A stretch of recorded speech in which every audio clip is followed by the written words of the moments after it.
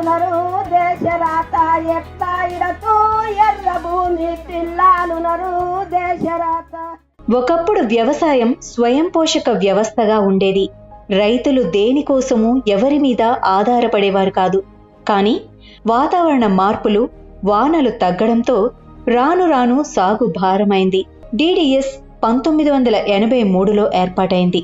నాటి నుండి నేటి వరకు అంతరించిపోతున్న పాత పంటల పరిరక్షణకు పాత పంటల జాతరను నిర్వహిస్తున్నారు.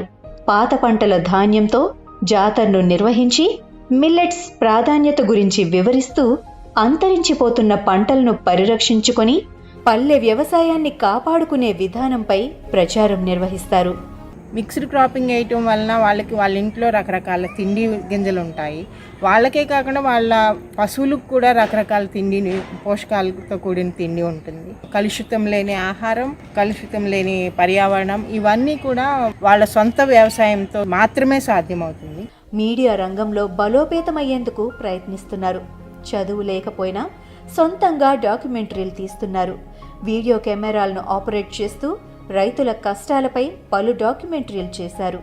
ఇందులో కొన్ని అంతర్జాతీయ ఫిల్మ్ ఫెస్టివల్స్లోనూ ప్రదర్శించారంటే ఏ స్థాయికి ఎదిగారో అర్థం చేసుకోవచ్చు.